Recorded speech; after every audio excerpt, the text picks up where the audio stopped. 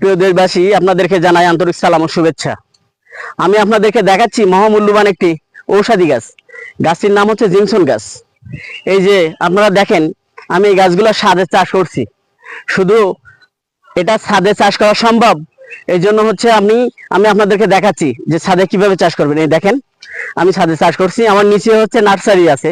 শুধু যে ছাদে চাষ করা যায়, শহরের লোক তাদের তো মনে করেন হচ্ছে আপনার নিচে কোনো হচ্ছে জমি নাই, তারা হচ্ছে কিভাবে চাষ করবে।